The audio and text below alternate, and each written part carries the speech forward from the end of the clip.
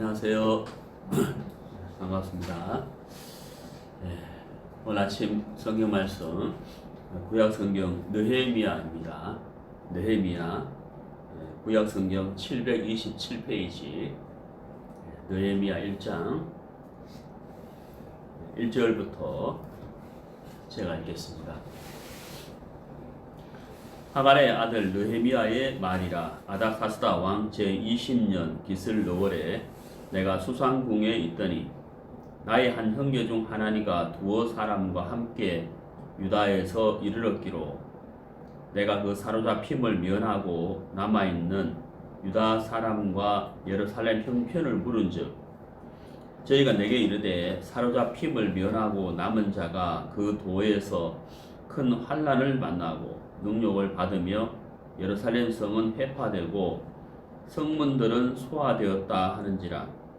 내가 이 말을 듣고 앉아서 울고 수일 동안 슬퍼하며 하늘의 하나님 앞에 금식하며 기도하여 가로되 하늘의 하나님 여호와 크고 두려우신 하나님이여 주를 사랑하고 주의 계명을 지키는 자에게 언약을 지키시며 긍휼을 베푸시는 주여 간구하나이다. 이제 종이 주의 종 이스라엘 자손을 위하여 주야로 기도하오며 이스라엘 자손의 주 앞에 범죄함을 자복하오니 주는 귀를 기울이시며 눈을 여시사 종의 기도를 들으시옵소서. 나와 나의 아비집이 범죄하여 주를 향하여 심히 악을 행하여 주의 종 모세에게 주께서 명하신 계명과 율례와 규례를 지키지 아니하였나이다. 옛적에 주께서 주의 종 모세에게 명하여 가라사대 만일 너희가 범죄하면 내가 너희를 열국 중에 흩을 것이요 만일 내게로 돌아와서 내 계명을 지켜 행하면 너희 쫓긴 자가 하늘 끝에 있을지라도 내가 거기서부터 모아 내 이름을 두려고 택한 곳에 돌아오게 하리라 하신 말씀을 이제 청컨대 기억하옵소서. 이들은 주께서 일찍 큰 권능과 강한 손으로 구속하신 주의 종이요 주의 백성이니이다. 주여 구하오노니 귀를 기울이사 종의 기도와 주의 이름을 경외하기를 기뻐하는 종들의 기도를 들으시고 오늘날 종으로 형통하여 이 사람 앞에서 은혜를 입게 하옵소서 하였나니 그때에 내가 왕의 술 가는이 되었느니라. 네, 11절 말씀까지 읽었습니다. 오늘은 느헤미야의 신앙이라는 주제로 느헤미야 1장을 함께 공부하도록 하겠습니다. 제가 이제 66권 성경 가운데에서 모든 말씀이 다 하나님의 말씀이고 또 은혜로울 수밖에 없지만은 종종 이 느헤미야 1장의 말씀이 생각이 납니다.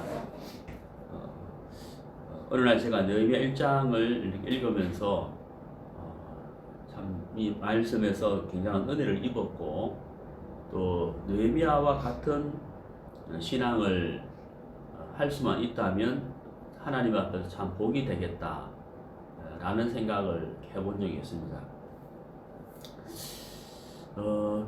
이 느헤미야 1장을 같이 이제 교제하기 전에 먼저 잠깐 이스라엘 역사를 좀 생각해 보면은 이스라엘이 이제 전쟁이 참 많았죠. 전쟁이 참 이렇게 많았는데 특별히 이제 이스라엘 백성들이 하나님 앞에서 이제 범죄하고 말씀에서 떠나서 우상을 섬기고 죄악 가운데 빠졌을 때 하나님이 이렇게 징계를 내리는 일이 있었습니다. 물론 이제 여러 번 있었지만은 근데 이제 이스라엘 역사 중에서 크게 이제 생각해 볼 것이 이제 바벨론의 아수르의 북이스라엘이 아수르에 의해서 멸망을 당하죠. 그리고 남유다는 바벨론에 의해서 멸망을 당합니다. 그래서 이제 아수르와 바벨론과 페르시아에 의해서 이스라엘이 이제 지배를 당하는 그런 역사가 이제 있었습니다. 북이스라엘 같은 경우는 BC 722년에 아수르에 의해서 멸망을 당했고 그리고 남유다는 BC 586년에 바벨론에 의해서 망하고 다시 바벨론은 페르시아에 의해서 망하게 되죠. 그런 이스라엘의 역사가 이렇게 있었습니다. 남유다, 북이스라엘이 망하고 남유다가 망하고 아수르와 바벨론에 의해서, 그리고 그 바벨론은 다시 페르시아에 멸망을 당하면서 이스라엘도 자연스럽게 그 페르시아의 지배하에 들어가는 그런 일이 있었죠. 근데 이제 그 페르시아, 이제 이 페르시아의 이제 멸망을 이렇게 바벨론이 페르시아에서 멸망을 당하면서 바벨론의 포로로 잡혀갔던 남유다 백성들이 자연스럽게 이제 페르시아에 이제 속하게 되는 거죠. 그런데 이제 그 역사적으로 보면요, 이제 아수르나 바벨론이나 이제 대부분의 나라들은 어떤 나라를 정복을 했을 때, 그 나라를 정복을 했을 때 그 나라의 백성들을 이제 억압을 하죠. 그리고 종살이를 시키게 되고, 우리 대한민국 같은 경우는 일본의 이제 식민지가 되었을 때는 언어까지도 빼앗겼지 않습니까? 이제 일본어 교육을 시키고 이제 그렇게 했는데, 근데 이제 이 페르시아라는 나라는 조금 달라요. 페르시아라는 나라는 이제 정복을 했지만 정복한 사람들에게 어느 정도의 자유를 좀 줬어요. 그래서 자기가 태어난 나라와 자기가 태어난 지역에 갈 수 있도록 허락을 해 주었어요. 어느 정도까지. 그런 이제 정책을 폈고, 그 대신에 이제 세금을 내는. 그래서 이제 본인 스스로가 마음을 돌이켜서 자율적으로 페르시아에 이제 종속하는, 충성을 다하는 그런 정책을 폈어요. 그래서 이제 고향으로, 고국으로 돌아가게 해주는 그런 이제 정책을 폈다는 거죠. 그래서 이제 이 남유다 백성들이 이제 페르시아에 이제 속해서 이제 그 종살이를 하게 되는데, 페르시아가 방금 말씀드린 대로 이제 본국으로 돌아갈 수 있는 정책을 폈다 그랬잖아요. 그래서 이제 이 1차, 2차, 3차에 의해서 이 포로들이 이스라엘로, 예루살렘으로 귀환을 하게 돼요. 귀환을 하게 됩니다. 그래서 이제 그 1차 포로 귀환, 2차 포로 귀환, 그 3차 포로 귀환, 그렇게 이제 나눌 수가 있는데, 그 1차 포로 귀환은 BC 537년에 수르바벨에 의해서, 수르바벨의 인도를 받은 이제 이스라엘 백성들이 이제 1차 포로 귀환을 하게 되고, 2차는 에스라의 인도를 받아서 BC 458년에 귀환을 하게 됩니다. 그리고 3차가 BC 444년에 이제 이스라엘로 귀환을 하게 되는데, 그때 인도자가 느헤미야예요. 오늘 읽었던 이 본문의 느헤미야입니다. 그래서 느헤미야는 이제 3차 포로 귀환의 그 인도자로서 포로들을 이끌고 이스라엘로, 예루살렘으로 이제 돌아가게 되는 것이죠. 근데 이 느헤미야가 3차 포로 귀환을 하기 전에는 이제 페르시아, 그래 바사라고 하죠. 바사야의 페르시아의 술 맡은 관원장으로 있었어요. 관원이었습니다. 관원.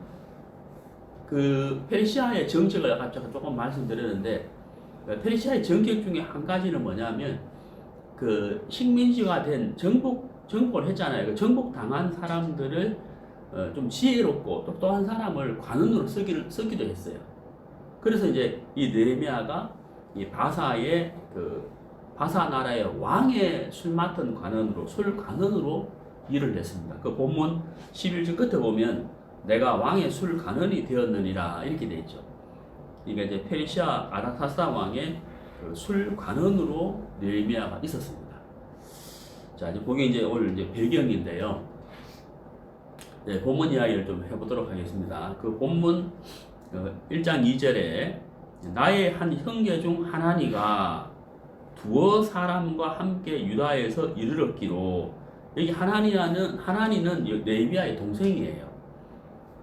이 하나니가 이제 예루살렘에 있다가, 그러니까 이제 느헤미야보다 먼저 귀환을 했다고 생각해 볼 수가 있겠죠. 먼저 예루살렘으로 귀환을 했는데, 이 하나니가 이제 그 느헤미야에게 와서 느헤미야에게 예루살렘의 소식을 이제 알려주게 돼요. 성경에 보면 이제 이 느헤미야가 먼저 물어본 것으로 되어 있죠. 느헤미야가 그 하나님에게 그 예루살렘의 소식을 이제 물었다는 겁니다. 근데 그 소식을 예루살렘 소식을 쭉 이렇게 이야기를 하죠. 그게 바로 3절인데 사로잡힘을 면하고 남은 자가 그 도에서 큰 환난을 만나고 능력을 받으며 예루살렘 성은 회파되고 성문들은 소화되었다. 그러니까 이제 그 이스라엘이라는 그 지역이 이스라엘 백성들이 이제 그 아수르, 바벨론, 페르시아의 이제 속국이 되면서 이제 포로로 잡혀갔잖아요. 바벨론의 포로로 잡혀가고 아수르의 포로로 잡혀가면서 이스라엘을 떠났단 말이에요. 그러면서 이스라엘 그 지역이 이방인들이 들어와서 살게 된 거죠. 이방인들이. 하나님을 모르는 이방인들이 이스라엘 지역에 들어와서 살게 되면서 이스라엘 나라가 하나님이 이스라엘 백성들에게 가나안 땅을 주신 땅이고 하나님의 백성들이고 하나님을 섬기는 땅인데 그 이방인들이 들어와서 살게 됐다는 거예요. 다시 포로로 귀환하게 되니까 자연스럽게 이방인들하고 이스라엘 간에 백성들 간에 뭐가 생기겠습니까? 마찰이 생기잖아요. 마찰이 생기고 이제 갈등이 생기고 이방인들에게 이제 핍박을 받게 되는 겁니다. 그러면 이제 포로로 잡혀갔던 이스라엘 백성들이 귀환을 하면서 예루살렘 성이 회파됐기 때문에 예루살렘 성을 회복시키는 그 일을 이렇게 해야 되잖아요. 그 일을 하고 또 성전을 수리하고 그 일을 이렇게 해서 하나님을 섬기는 신앙을 해야 된단 말이에요. 그런데 이제 1차 기한, 2차 기한이 됐는데 느헤미야가 1차 기한, 2차 기한이 되었으니 예루살렘 성이 어느 정도 회복이 되었을 거라고 생각을 하고 있었죠. 그때는 TV가 있는 것도 아니고 영상 통화할 수 있는 것도 아니니까 그렇게 생각을 하고 있었는데 이 하나니가 왔길래 예루살렘 소식을 이제 듣고 싶어서 물어보니까 바로 이제 3절처럼 얘기를 하는 거예요. 성이 회파되고 성문들은 불타고 또 이방인들에 의해서 핍박을 받고 있고 또 고통 중에 있다. 그러니까 이제 이 느헤미야가 본인이 생각할 때는 1차, 2차 기한을 통해서 벌써 예루살렘 성이 회복이 되고 성전의 수리가 되고 또 하나님과의 관계가 회복이 되고 이렇게 될 줄 알았는데 전혀 그게 진전이 없는 아직까지도 핍박 가운데 이방인들의 괴롭을 당하고 예루살렘 성을 수리도 못하고 있는 그 소식을 느헤미야가 듣게 됐다는 거죠. 자, 그 소식을 들은 이 느헤미야가 이 4절에 보면요. 내가 이 말을 듣고 앉아서 울고 수일 동안 슬퍼하며 하늘의 하나님 앞에 금식하며 기도하여 가로되 이렇게 됐죠. 자, 그래서 이제 이 느헤미야 1장 4절부터 11절까지는 느헤미야의 기도의 내용이에요. 이게 기도의 내용이거든. 자, 오늘 우리가 이 느헤미야 1장을 이렇게 보면서 우리가 교훈 받을 것이 있습니다. 이 느헤미야의 내용을 보면은 방금 제가 배경 설명을 했잖아요. 이렇게 3절은 예루살렘 소식을 전하는 것이고 그 소식을 들은 느헤미야가 4절에서 굉장히 안타까워합니다. 너무너무 슬퍼하고 괴로워하고 주저앉아가지고 앉았다고 되어 있잖아요. 주저앉아서 너무너무 고통스럽고 안타깝고 힘들어하는 슬퍼하는 그런 이제 내용인데요. 이 느헤미야가 다시 이제 예루살렘으로 빨리 돌아가서 고국으로 돌아가서 무너진 예루살렘 성을 다시 수축을 하고 회복을 시키고 또 무엇보다도 중요한 것은 이제 황폐화되어 있는 그 예루살렘 땅이 문제가 아니라 자기 백성들의 신앙이 황폐되어 있고 마음들이 다 무너져 있기 때문에 그 마음을 다시 하나님 앞에 회복시키고 싶은 이것이 이제 느헤미야의 이제 이 뜨거운 마음이었거든요. 빨리 가서 성을 회복시키고 이방인들과 유대인 간의 관계를 탁선을 그어서 내어쫓고 그 다음에 하나님 수 그 땅에서 하나님을 찬양하는 그 신앙을 회복하는 이것이 느헤미야가 원하는 마음인데 1차, 2차 포로기한을 통해서 그게 안 됐고 아직까지 그러고 있으니 이 느헤미야가 굉장히 이제 안타까워 있는 것이죠. 그래서 느헤미야가 하나님께 기도하고 있는 거예요. 기도하는 내용이 바로 11절까지 이 내용입니다. 자, 그래서 이제 기도를 하는데 이 기도의 내용을 보면 이 6절에 보면은 종이 주의 종 이스라엘 자손을 위하여 주야로 기도하며 이스라엘 자손의 주 앞에 범죄함을 자복하오니. 기도를 할 때 이 느헤미야가 먼저 무엇을 기도를 했느냐면 이스라엘 백성들이 지은 죄에 대해서 자복을 했다는 거죠. 죄를 먼저 자백했다는 거죠. 하나님이 일하실 수 있도록 하기 위해서 이스라엘 백성들의 죄를 대신해서 느헤미야가 하나님께 자복을 하고 있는 거예요.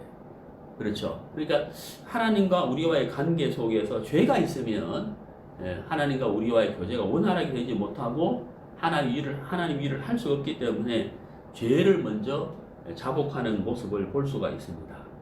우리도 사실 이 부분이 돼야 되는 거잖아요. 우리가 죄 사함을 받았지만 삶 속에서 죄가 있게 되면 하나님과 우리와의 관계가 원활하지 못하기 때문에 그 부분에 대하여 하나님 앞에 자백하는 것이 중요한 것입니다. 자, 그래서 느헤미야는 이스라엘 백성의 죄를 대신해서 자복을 하게 됩니다. 그리고 느헤미야가 또 무슨 기도를 하냐면 이제 9절에 보면은 말씀을 기억하옵소서 이렇게 기도하고 있죠. 9절 끝에 보면은 하나님이 이스라엘 백성들에게 하신 약속, 언약이 있지 않느냐. 땅 끝에 있다 할지라도 불러 모아서 그렇죠. 하나님 택한 곳으로 돌아오게 하겠다고 약속하지 않았습니까? 그 약속을 기억해 주십시오. 그 약속대로 일하셔야 되지 않습니까?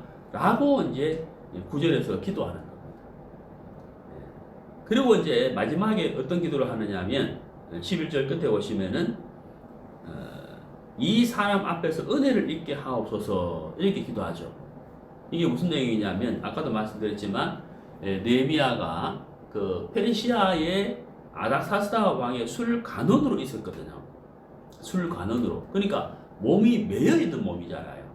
그래서 이 왕에게 은혜를 입어야만 이제 본국으로 돌아갈 수가 있기 때문에 왕의 마음이 바뀌어져야 된다는 거죠. 그렇잖아요. 왕이 자기를 놓아주어야 된다는 거예요. 술 관원이기 때문에. 그래서 이 사람 앞에서 은혜를 입게 하옵소서라는 말은 아닥사스다 왕에게 은혜를 입어야만 내가 본국으로 돌아갈 수가 있으니 하나님이 아닥사스다 왕의 마음을 바꾸어 달라는 그런 기도의 내용이죠. 자, 그래서 이제 다시 한번 정리를 하면 이 느헤미야가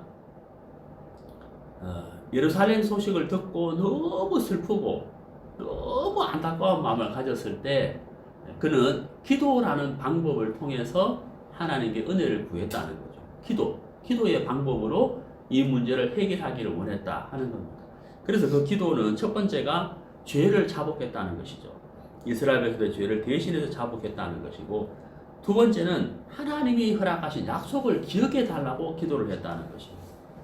세 번째는 자기가 속해 있는, 자기가 섬기고 있는 왕에게 은혜를 입어서 갈 수 있도록 왕의 마음을 바꿔달라고, 왕 앞에서 은혜를 입을 수 있도록 해달라고 세 번째 이렇게 기도를 했다고 하는 겁니다. 우리도 이제 이 느헤미야의 기도를 통해서 우리도 어떻게 기도를 해야 될지를 생각해 볼 수가 있겠죠. 자, 여기 이제 3절에서요. 이 느헤미야가 예루살렘의 소식을 들었을 때 굉장히 그 안타까운 마음을 가졌다고 하는 겁니다. 굉장히 안타까워하는 마음을. 이것을 우리가 이렇게 보면서요. 그 느헤미야의 그 신앙, 느헤미야의 신앙이 어떠했는지를 우리가 알 수가 있습니다. 느헤미야의 신앙은 하나님 앞에 있었던 것이다. 하나님 앞에 있었다는 거죠. 하나님 앞에 그 살아있는 마음이었다는 거예요. 그래서 그 자기 백성들이 예루살렘, 하나님이 허락하신 그 예루살렘에서 하나님을 섬겨야 할 그런 신앙을 하지 아니하고 이방인들에게 아직까지 핍박을 받고 예루살렘 성을 재건하는, 회복시키는 그 일을 하지 못하고 있는 그것에 대하여 굉장히 느헤미야가 안타까워하는 것입니다. 그 안타까워하는 마음 때문에 고통스럽고 슬퍼하잖아요. 그것 때문에 느헤미야가 어때요? 하나님 앞에 기도할 수밖에 없었다고 하는 겁니다. 성경을 한번 찾아보도록 하겠습니다. 로마서 10장입니다. 로마서 10장 1절. 형제들아, 내 마음에 원하는 바와 하나님께 구하는 바는 이스라엘을 위함이니 곧 저희로 구원을 얻게 함이라.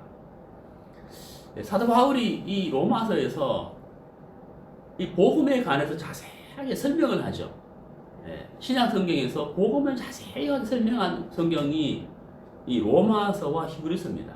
물론 다른 성경에도 복음이 설명이 되어 있습니다만은 복음을 이렇게 자세하게 설명한 성경이 이 로마서, 히브리서인데, 로마서는 사도 바울이 이방인을 위한 복음서고 히브리서는 유대인을 위한 복음서예요. 그래서 히브리서를 읽어보면 복음서적이지, 복음서지만 말이 잘 안 되네요. 복음서지만 좀 어렵죠. 왜냐하면 유대인을 위한 복음서이기 때문에 내용이 좀 어렵습니다. 성막에 대한 내용도 쭉 나와 있기 때문에 이방인들이 읽어보면 좀 어렵죠. 하지만 로마서는 이방인을 위한 복음서이기 때문에 비교적 좀 쉽게 기록이 되어 있습니다.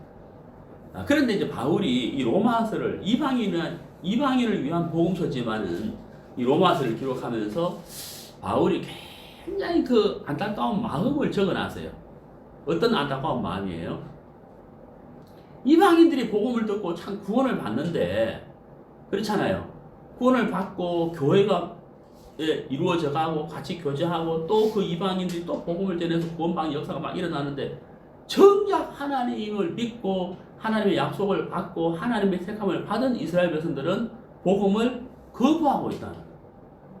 그게 너무 바울에게 안타까운 거예요.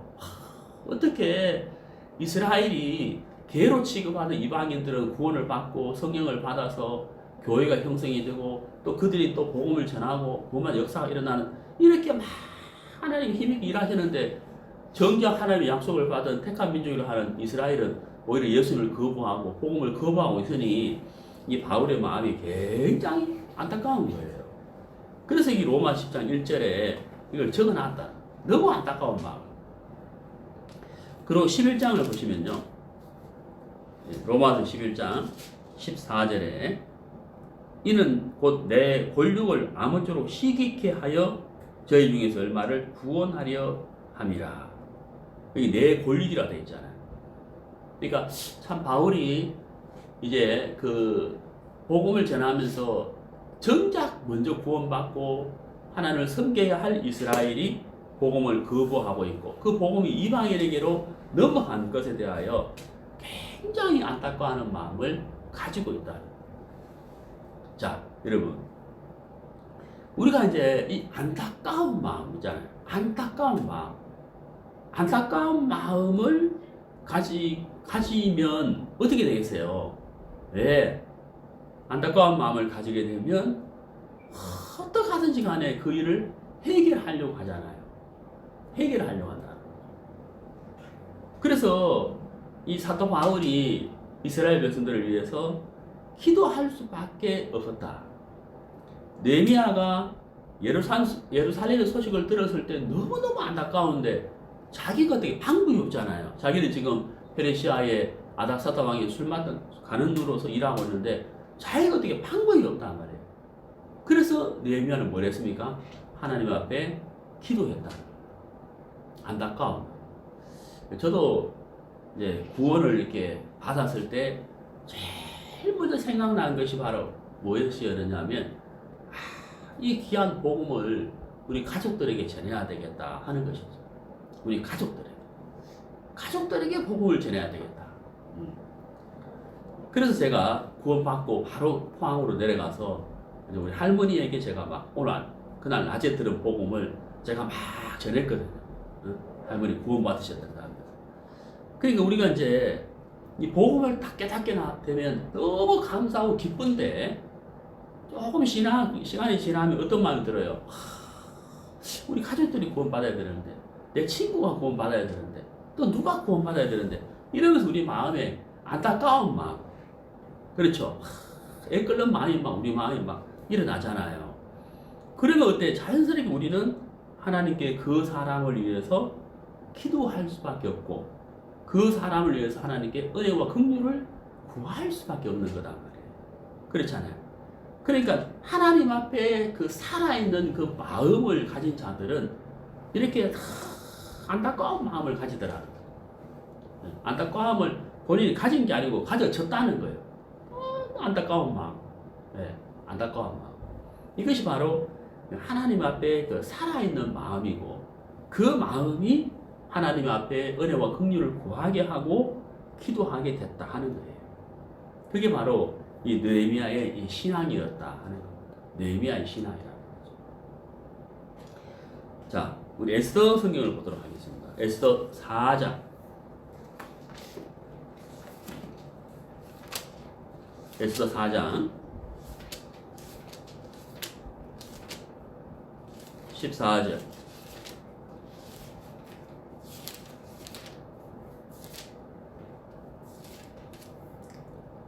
이때 네가 만일 잠잠하여 말이 없으면 유다인은 다른 데로 말미암아 노임과 구원을 얻으려니와 너와 내 아비 집은 멸망하리라. 내가 왕후의 위를 얻은 것이 이때를 위함이 아닌지 누가 아느냐.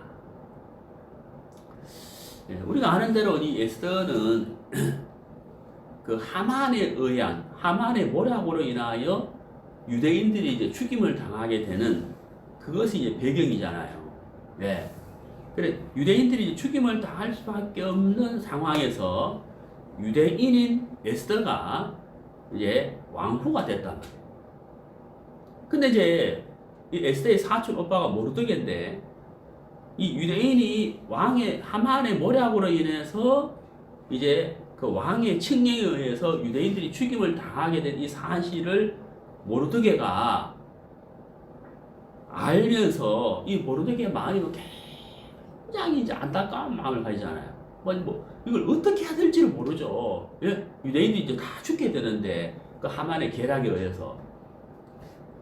그래 이 모르드게가 막 이 안타까운 마음을 어떻게 막 해결을 해야 되는데 방법이 없단 말이에요.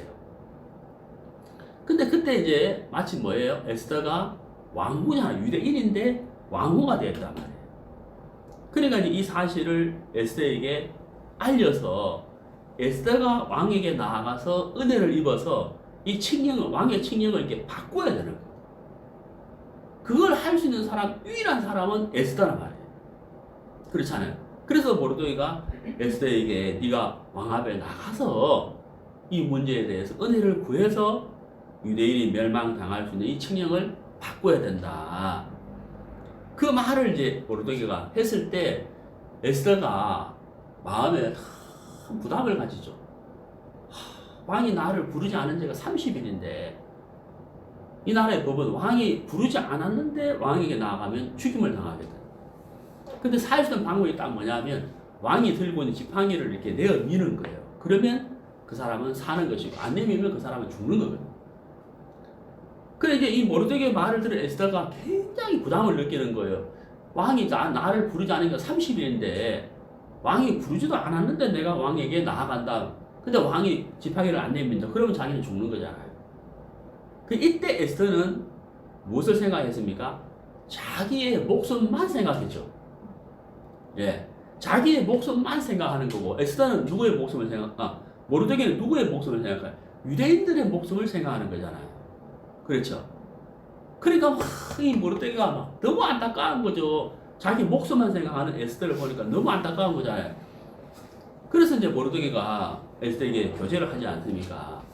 네가 왕후가 된 것은 이때를 위함이지 않느냐. 그래서 교제를 해주었을 때 에스더가 내가 죽으면 죽으리다 하는 마음으로 이제 왕 앞에 가서 은혜를 구하게 되고, 그래서 그것을 계기로 왕의 칙령이 이제 바뀌게 되잖아요. 그래서 모든 유다인들이 살게 되죠. 그걸 이제 부림절이라고 하는 거예요. 부림절. 자, 우리가 여기서 이 모르드게가 이런 그 유대인들의 생명을 다 건지게 되는 이런 큰 은혜를 입게 된 것의 계기가 뭐예요? 예, 안타까운 마음이라. 안타까움. 그 안타까운 마음이라는 것은 근본 어디서 오는 것이겠습니까? 사랑이. 사랑에서 오는 거예요. 느헤미야가 하나님의 은혜와 사랑을 입은 자이기 때문에 그 하나님의 백성들을 향하여 그 안타까운 마음을 느헤미야가 가질 수밖에 없는 겁니다. 하나님의 사랑을 크게 입었기 때문에 하나님의 백성들을 안타까워하는 마음을 가질 수밖에 없었다는 거예요. 우리도 참 복음을 통하여 구원을 받으면서 하나님이 우리를 얼마나 사랑하시는지를 깨닫게 되었고, 그리고 구원받은 이후에 우리가 말씀과 교제를 통하여 신앙을 하면서 하나님의 사랑이 얼마나 큰지를 우리가 계속해서 알게 되는 거죠. 그러다 보니까 어때요? 이 복음을 가지지 못한 자들을 향하여 안타까운 마음, 특히 내 가족들이 구원받지 못한 것에 대해서 굉장히 안타깝고, 한 말씀 전해보지만 거부하면 속상하고, 그래서 또 하나님 앞에 털썩 주저앉기도 하고 기도하기도 하고, 그 안타까운 마음을 우리가 가지고 있지 않습니까? 자, 그 느헤미야의 신앙 첫 번째, 안타까운 마음을 가졌다 하는 거죠. 두 번째는요, 느헤미야의 신앙 두 번째는 느헤미야가 그 안타까운 마음을 가지고 그 상황을 해결을 해야 되는데, 느헤미야에게는 그 사태를 해결할 수 있는 방법이 없었어요. 네. 방법도 없고 능력도 없었다는 겁니다. 그래서 이 느헤미야가 방법과 능력이 없었기 때문에 느헤미야는 무엇을 했느냐? 바로 기도를 했다. 기도를 한 거예요. 기도를 한 것이죠. 그러니까 느헤미야의 신앙을 정리를 하자면, 첫 번째는 하나님의 사랑을 많이 입은 자이기 때문에 안타까운 마음을 가질 수 있었다는 거예요. 두 번째는 방법이 없었기 때문에 느헤미야는 뭘 했다고요? 기도를 했다 하는 거예요. 기도. 그게 바로 느헤미야 1장은 느헤미야의 기도거든요. 네. 기도를 쭉 적어놨잖아요. 그래서 이 느헤미야가 하나님에게 간절히 은혜를 구하고, 또 특히 자기는 술관원으로서 왕에게 속해 있는 사람이기 때문에 자기 마음대로 고국으로 갈 수가 없잖아요. 또 포로된 자고. 그래서 왕에게도 은혜를 입어야 되는 거예요. 그 왕의 마음을 바꿔줄 수 있는 분은 누구예요? 하나님이잖아요. 그래서 해결할 수 있는 방법이 없고 왕에게 은혜를 입어야 되는데 왕의 마음을 바꿔줄 수 있는 분도 하나님이잖아요. 그래서 이 느헤미야가 하나님에게 간절히 기도를 했다고 하는 사실인 겁니다. 기도 참 중요하지 않습니까? 자, 느헤미야 1장 4절에 내가 이 말을 듣고 앉아서 울고 수일 동안 슬퍼하며 하늘의 하나님 앞에 금식하며 기도하여 가로되, 여기 금식하며 기도했다고 했죠. 음식을 다 끊어버리고 하나님 앞에 간절히 기도하는 그 느헤미야의 모습을 볼 수가 있고, 자 11절에 보시면은 주여 구하오니 귀를 기울이사 종의 기도와 주의 이름을 경외하기를 기뻐하는 종의 기도를 들으시고, 여기도 보면 이제 기도하잖아요. 어쨌든 이 느헤미야 1장 전체가 기도의 내용이에요. 그래서 아닥사스다 왕의 마음을 바꾸어 달라고 기도하고, 아닥사스다 왕에게서 풀려나서 고국으로 돌아가게 해달라고 기도하고, 그렇죠. 백성들을 위해서 기도하고, 그래서 하나님이 아니시면 이 일을 해결할 수가 없다. 그렇잖아요. 방법이 없기 때문에 느헤미야는 하나님에게 은혜를 구했다. 방법이 있어도 어때요? 하나님께 기도를 해야 되는 것이잖아요. 그게 바로 느헤미야의 신앙이다 하는 겁니다. 우리가 오늘 이 말씀을 통해서 우리가 우리 자신들의 신앙을 이렇게 돌아보고 교훈을 받을 수가 있습니다. 느헤미야의 신앙을 통해서 우리가 하나님의 사랑을 입은 자이기 때문에 우리도 역시 느헤미야처럼 하나님의 사랑을 입은 자고, 사실 느헤미야보다도 더 하나님의 사랑을 더 크게 실감하고 우리 마음에 확신하는 사람들이 사실 우리들이에요. 우리는 느헤미야는 우리하고 다르죠. 우리는 직접 어때요? 내 죄를 위하여, 내 영혼을 위하여 2000년에 십자가에 못 박혀 돌아가신 예수님에 대하여 정확하게 우리가 알고, 그 사실을 성경에 정확히 기록된 것을 알고 듣고 우리는 구원을 받은 거예요. 십자가를 통하여 하나님이 우리를 얼마나 사랑하시는지 하나님의 사랑의 확증을 우리는 십자가를 통해서 알았다는 거예요. 얼마나 우리를 사랑하시는지를 알았잖아요. 그렇죠? 그리고 그 십자가를 통하여 우리가 구원을 받고 부활의 약속도 우리가 받은 자고 새하늘과 새 땅을 약속으로 받은 자이기 때문에 우리는 정말 어떻게 보면 느헤미야보다도 하나님 더 큰 사랑을 우리가 경험하고 확신한 사람들이다 하는 거예요. 그렇죠? 그래서 이 복음을 듣지 아니하면 그 사람들이 어떻게 될 걸 우리가 알기 때문에 우리 마음에 더 안타까운 마음도 있다고 하는 사실입니다.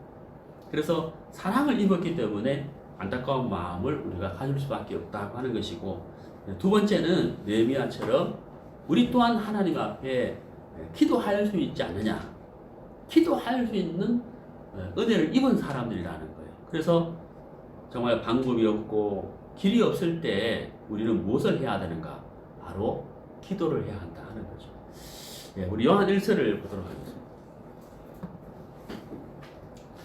요한 1서 5장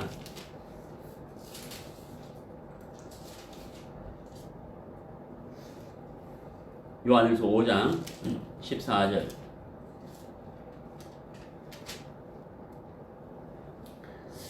그를 향하여 우리의 가진 바 담대한 것이 이것이니 그의 뜻대로 무엇을 구하면 들으심이라. 여기 이제 그 담대한 것 이렇게 되어 있습니다. 담대한 것. 담대한 것. 담대한 것은 뭐예요? 분명한 확신에서 오는 거잖아요. 분명한 확신. 분명한 확신에서 오는 것이 담대함이에요. 담대함.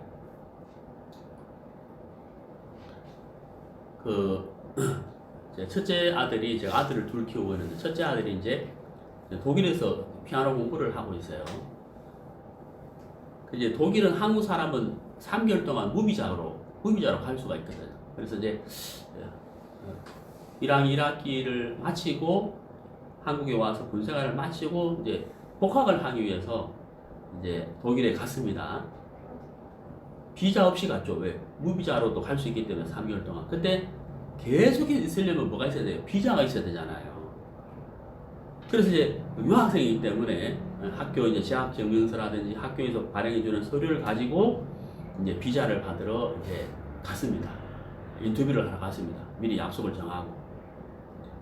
근데 유학생이 독일에서 이제 비자를 받으려면은 여러 가지 서류가 있어야 되지만 그 중에 하나가 뭐냐면 1년치 생활비가 통장에 있어야 돼요. 1년치 생활비가. 그게 약 한국 돈으로 약 1,400만 원이에요. 그래서 이 학생들이 어떻게 하냐면은 이제 자기 친구들한테 돈을 이제 자기 통장으로 넣으라 그래요. 계좌이체. 비자 나오면 돌려주겠다. 그래가지고 독일에는 유학생들끼리 이제 이렇게 독일은 유로화 쓰나요? 유로화 쓰죠. 그래서 이제 계좌이체를 해가지고 이제 1,400만 원, 한국 돈 1,400만 원 만들어가지고 인터뷰할 통장을 갖고 가는 거죠. 그래서 이제 비자를 이제 1,400만 원이 1년치 생활비니까 1년 비자를 주는 거예요. 이번에 이제 제 아들이 이제 그 인터뷰 날짜 오니까 이제 저한테 전화를 했어요. 아빠 인터뷰 날짜 잡혔으니까 돈 보내주세요. 그래서 제가 이제 돈을 보내줬어요. 돈 보내주세요라고 전화를 할 때 우리 희태가 어떤 마음을 가지고 전화했을까요? 아마도 아빠는 안 줄걸? 이런 마음이었을까요? 아니죠. 아빠는 틀림없이 준다는 담대한 마음이 있었겠죠. 왜요? 아빠니까. 네, 아빠니까. 그렇잖아요. 아빠이기 때문에 돈을 줄 것이다. 확신이 있었기 때문에, 담대함이 있었기 때문에 전화를 했을 거 아니에요. 근데 결과를 말씀을 드리면요. 그 인터뷰 하는데 공부가 앞으로 얼마 남았느냐고 묻더래요. 그 1,400만 원이면 당연히 1년 비자 줘야 되잖아요. 1년 생활비니까. 희대가 2년 남았다 그랬대요. 그러니까 2년 비자를 준 거예요. 그래서 내년에는 돈 안 보내줘. 1,400만 원 없어도 이제 자동으로 2년 비자 받았으니까 너무 감사하죠. 제가 그 얘기 듣고 나니까 한 10년 그러지 싶더라. 하여튼 참 은혜를 입었어요. 제가 무슨 말인지 이해가시죠?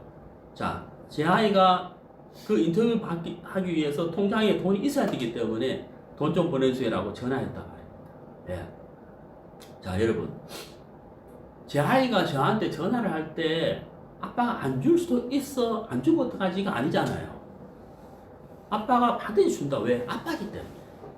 그게 담대함이란 말이에요. 하나님은 우리의 뭐예요? 아버지라는. 하나님 우리의 아버지잖아요. 그것도 어떤 아버지예요? 이 세상 우주 만물에서 그 누구보다도 가장 우리를 사랑하시는 아버지잖아요. 그렇잖아요.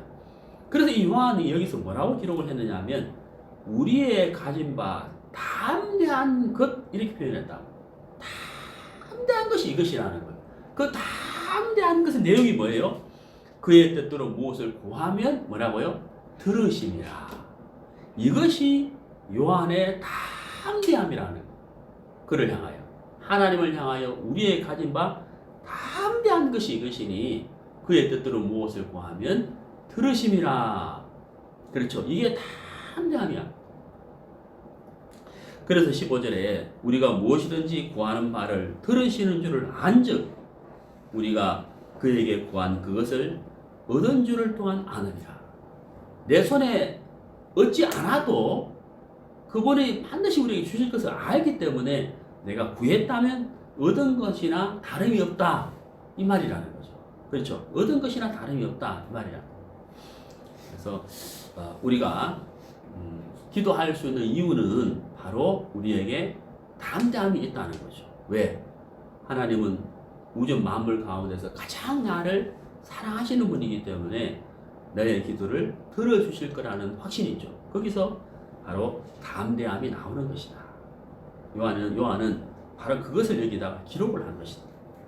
느헤미야가 정말 그 예루살렘의 소식을 들었을 때 너무나도 안타깝고 얼른 가서 예루살렘 성을 회복시키고 이스라엘 백성들의 신앙을 회복시키는 그 일을 하기 위해서 달려가고 싶은데 방법이 없잖아요. 아닥사다 왕에게 노임을 받아야 되는데 그래서 그는 하나님께 기도했다. 자, 그 다음에 시편을 보시겠습니다. 시편 32편.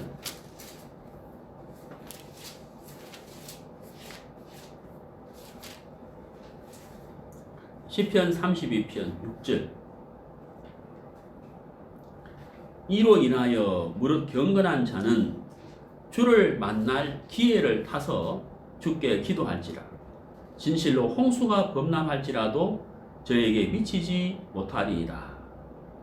여기 6절에 이로 인하여라고 되어 있는데요. 이로 인하여라는 이것이 어떤 내용이냐면 이 시편의 기자가 1절에서 허물의 사함을 받고 그 죄의 가리움을 받은 자는 복이 있도다 이렇게 되어 있잖아요. 이 시편의 기자가 무슨 이야기를 했느냐 하면은 그 마음의 죄를 하나님께 자복하지 않았을 때의 고통을 이제 2절과 3절에 적어놨어요. 3절에 보면 내가 토설치 아니할 때에 종일 씨름함으로 이렇게 되어 있죠. 뼈가 새하나이다.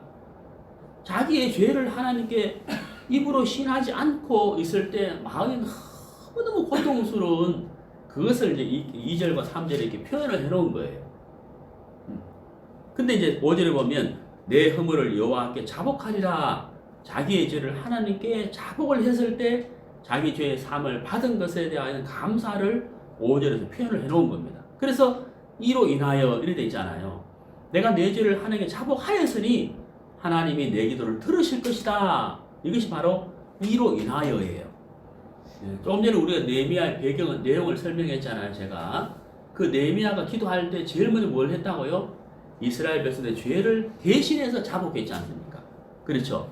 그래서 그 죄로 인하여 하나님과의 관계가 막힐까봐 하나님 일하지 못하실까봐 죄를 먼저 자복한 것처럼 이 시편 32편에서도 그렇게 하고 있다는 거죠. 그래서 이로 인하여라는 것은 그런 내용이고요. 그 다음에 무릇 경건한 자는 주를 만날 기회를 타서, 여기서 주를 만날 기회라고 되어 있는데 하나님을 만날 수 있는 기회가 특별한 것이 때가 있는 것이 아니고 우리 구원받은 사람은 언제든지 하나님을 만날 기회가 주어지는 거죠. 우리 구원을 받고 죄사함을 받았으면 성령을 선물로 받았잖아요. 사도행전 2장 38절에 죄사함을 얻으라. 그리하면 성령을 선물로 얻으리니 하는 말씀처럼 우리가 죄사함을 받았다면, 구원을 받았다면 성령을 선물로 받은 자예요. 그래서 우리가 하나님을 만날 기회가 특별한 때가 있는 것이 아니고, 우리가 하나님 앞에 나아가서 기도하면 바로 그때가 하나님을 만날 기회라는 거죠. 그래서 주를 만날 기회를 타서 주께 기도할지라, 진실로 홍수가 범람할지라도 저에게 미치지 못하리이다.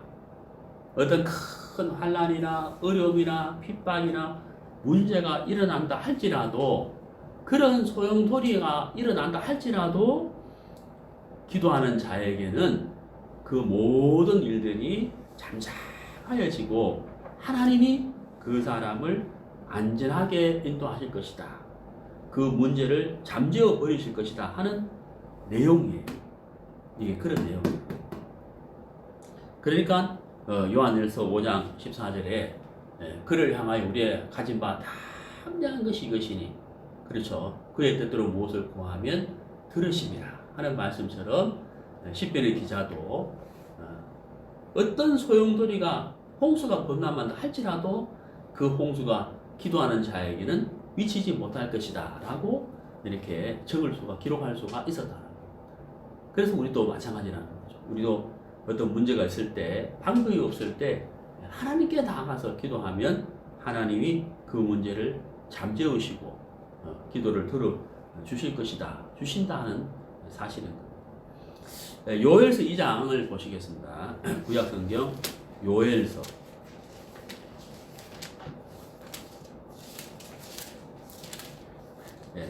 다니엘, 호세아 뒤에 요엘서, 구약성경 1271페이지, 요엘서 2장 32절.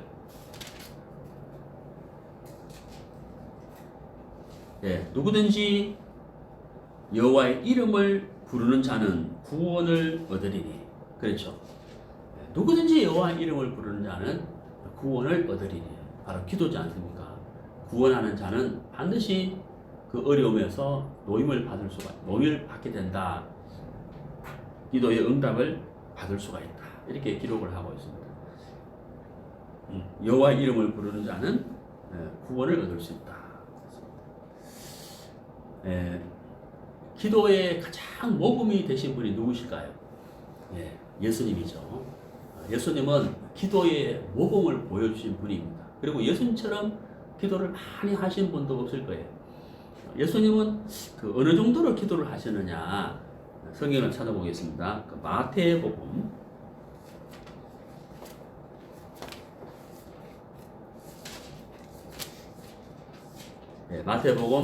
26장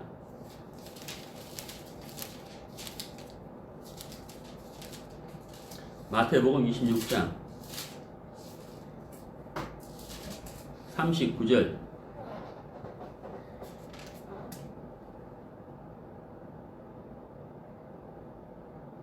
조금 나아가사 얼굴을 땅에 대시고 엎드려 기도하여 가라사대, 내 아버지여, 만일 할만하시거든 이 잔을 내게서 지나가게 하옵소서. 그러나 나의 원대로 마옵시고 아버지의 원대로 하옵소서 하시고. 자, 거기 39절에요. 얼굴을 땅에 대시고 한번 믿을 거 보시죠. 여러분 기도하실 때 얼굴을 땅에 대고 기도해 본 적 있어요? 저는 없는 것 같아요. 무릎을 꿇고 이렇게 기도한 적이 있는데 이 얼굴이 땅에 닿도록 그건 기도를 해본 적은 없는 것 같아요. 무릎 꿇고 고개를 이렇게 숙이고 기도한 적은 있지만은 얼굴을 땅에 대었다. 완전한 굴복이죠. 너무나도 간절한 표현이잖아요. 얼굴을 땅에 대었다. 그 예수님은 그 게세마네에서 기도를 하신 모습인데, 예수님은 십자가를 짊어지는 것이 굉장한 부담이 됐어요. 예수님이 못할 게 뭐가 있느냐? 묻죠. 예수님은 모든 것을 할 수 있는 분이지만, 예수님은 하나님의 아들이시지만 우리와 똑같은 육체를 입고 있었기 때문에, 그렇죠, 이런 표현을 하신 거예요. 우리가 똑같은 육체를 입고 있었고 그 십자가를 진다는 것이 얼마나 고통스러운지를 아셨기 때문에 예수님이 이런 기도를 하신 거거든요. 그렇지만 피하려고 하는 것이 아니라 아버지의 뜻대로 하옵소서라고 기도를 하시잖아요. 그래서 예수님이 정말 기도의 모범을 보여주신 분인데 얼굴을 땅에 대시고 기도하신 것만큼 굉장히 간절하게 하나님께 기도했다는 것이죠.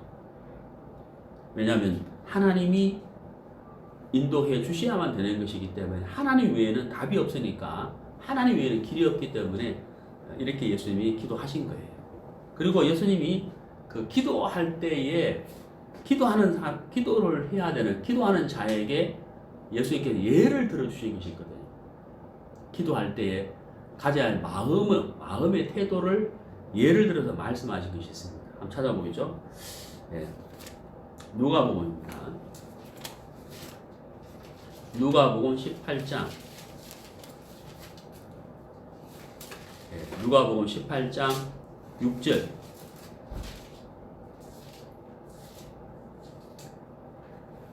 누가복음 18장 6절. 주께서 또 가라사대 불의한 재판관에 말한 것을 들으라. 이 6절 말씀 꼭 기억하시면 좋겠는데요. 자, 예수님께서 기도에 대해서 말씀을 하시면서 이 말씀을 하셨어요. 기도하는 자가 꼭 가져야 할 마음의 태도. 그게 뭐냐면 불의한 재판관에 말한 것을 들으라. 네, 다시 한번 불의한 재판관에 말한 것을 들으라. 이거예요. 이걸 꼭 우리가 마음에 새겨야 돼요. 예수님이 기도에 대해서 설명을 하면서 기도하는 자가 가져야 할 마음을 말씀하시면서 불의한 재판관에 말한 것을 들으라 이렇게 하셨다. 그럼 불의한 재판관이 무슨 말을 했게요? 네, 어떤 도시에 하나님을 두려워하지 않고 사람을 무시하는 재판관이 있었어요. 어떤 재판관이. 자, 여러분 어떠세요? 하나님을 두려워하지 않고 사람을 무시하는 재판관이다. 그럼 어떤 재판관이에요? 굉장히 교만한, 맞죠? 굉장히 교만한 재판관이에요. 네? 거만하고, 네? 교만한 그런 재판관. 근데 이 재판관에게 어떤 과부가 갔어요. 이 과부가 이 재판관에게 갔다고요. 그럼 생각해 보세요. 하나님도 두려워하지 않고 사람을 무시하는 재판관이니까 이 과부를 어떻게 받겠어요? 네? 좀 죄송한 표현이지만 벌레보듯 했을 것 같아. 예, 벌레보듯. 얼마나 무시했겠어요? 얼마나 무시했겠어요? 그렇죠? 아마도 이 과부가 막 간절한 마음으로 막 말을 할 때 아마 들은 척 만척 했을 거예요. 예. 그래, 내 원수에 대하여 원한을 풀어주세요 라고 이야기를 했는데 듣겠어요? 재판관이? 안 듣죠. 들을 리가 만무하죠. 그런데 여기 보세요. 이 본문이 아니고 누가복음 18장 4절에 그가 얼마 동안 듣지 않다가 안 듣죠. 들을 리가 만무하잖아요. 듣지 아니하다가 속으로 생각하되 내가 하나님을 두려워 아니하고 사람을 무시하나? 내가 이런 사람이지만, 그렇죠? 5절에 이 과부가 나를 번거롭게 하리니, 여기 이제 번거롭게 하리니, 여기 이제 키포인트예요. 핵심이에요, 핵심. 번거롭게 하리니, 이게 무슨 말이냐면, 이 과부가 재판관에게 이야기했는데, 재판관이 너무 자기를 무시하고, 듣지도 않는 거예요. 그리고 과부가 포기했다는 거예요. 또 나아갔다는 거예요. 네. 또 나아갔다 이 말이에요. 이게 이제 예수님 우리에게 알려주고 싶은 마음이에요. 또 나아갔다 이 말이에요. 포기한 게 아니고, 그렇죠? 포기한 게 아니고 또 나아가고 또 나아가고 또 나아가고 계속 갔다는 거예요. 언제까지? 들어줄 때까지. 들어줄 때까지 계속. 그래 진짜 막 귀찮도록 번거롭게. 그러니 재판관이 왜 기도를 들어주냐? 야, 이거 안 들어줬다가는, 기도가 아니죠. 이 과부의 소원을 안 들어줬다, 원한을 안 들어줬다가는 너무너무 번거롭게 하겠다. 그렇죠. 그래서 들어줬다는 거예요. 그러면 이제 하나님은 어떤 분이에요? 우리를 무시하시는 분이 아니죠. 우리를 사랑하시는 분이잖아요. 우리를 사랑하시는 분이잖아요. 그렇게 생각해 보라는 거예요. 이렇게 교만하고 거만한 재판관도 과부의 원한을 들어줬다. 왜? 또 나갔기 때문에. 하물며 하나님은 어떠하시겠느냐? 방위 이게 예수님의 기도, 예수님의 말씀인 거예요. 기도하는 자가 가져야 할 마음을 예수님께서 이렇게 말씀하셨다는 거예요. 불의한 재판관이 말한 것을 들으라 그랬다. 네. 그래서 우리가 느헤미야가 참 안타까운 마음을 가지고 하나님께 그 마음을 드러내잖아요. 네. 기도했다는 거죠. 그래서 그 기도의 은혜로 하나님이 아닥사스다 왕의 마음을 풀어주시고 아닥사스다 왕이 고국으로 돌아갈 수 있도록 허락을 펼쳐서 3차 포로기한을 하게 되고 예루살렘 성을 약 42일 만에 회복시키고 그 다음에 이스라엘 백성의 신앙을 바꾸는 그런 일을 느헤미야가 했다는 거예요. 그것이 바로 이 기도의 힘이다 하는 거죠. 그게 바로 느헤미야의 신앙이었다 하는 거죠. 네, 성경 보겠습니다. 예레미야 33장입니다.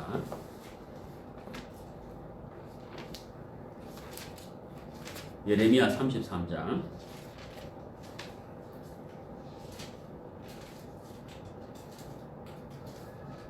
3절 너는 내게 부르시지라 내가 내게 응답하겠고 네가 알지 못하는 크고 비밀한 일을 내게 보이리라. 예, 너는 내게 부르시지라. 너는 내게 부르시지라. 참 그 느헤미야가 하나님에게 부르짖었을 때 하나님이 들어주시고 아닥사스다 왕의 마음을 바꾸어 주시고 예루살렘으로 돌아가는 그런 은혜를 느헤미야가 있게 되지 않습니까? 오늘 느헤미야의 신앙을 통해서 우리가 두 가지를 생각해 봤습니다. 첫 번째는 하나님의 사랑을 입은 자이기 때문에 안타까운 마음을 가지게 됐다 하는 거죠. 우리 또한 하나님의 사랑을 입었고 어떻게 보면 느헤미야보다도 더 실질적으로 구체적으로 사실적으로 하나님의 사랑을 입은 사람들이에요. 우리는 66권의 성경이 있고 십자가 예수님이 왜 나를 위해 못 박혀 돌아가셨으며 예수님께서 하신 일이 무엇인지 그리고 수많은 사도와 선자들의 말씀들을 우리가 다 보면서 하나님을 알고 믿게 됐잖아요. 그러니까 우리가 사랑을 입은 자라. 그래서 우리 마음에도 안타까운 마음이 있다는 사실. 그리고 두 번째는 그 해결할 수 없는 문제를 인하여 하나님께 기도한 느헤미야처럼 우리 또한 하나님께 나아가서 기도할 때 우리에게 분명한 담대함이 있다는 거죠. 그를 향하여 담대한 것이 이것이니 그의 뜻대로 무엇을 구하면 들으심이라. 그렇죠. 부르짖으라 내가 네게 응답하리라 하는 말씀처럼 우리에게도 기도할 수 있는 특권을 가진 자다 하는 것입니다. 오늘 느헤미야 신앙을 통해서 두 가지를 배우게 되었습니다. 감사합니다.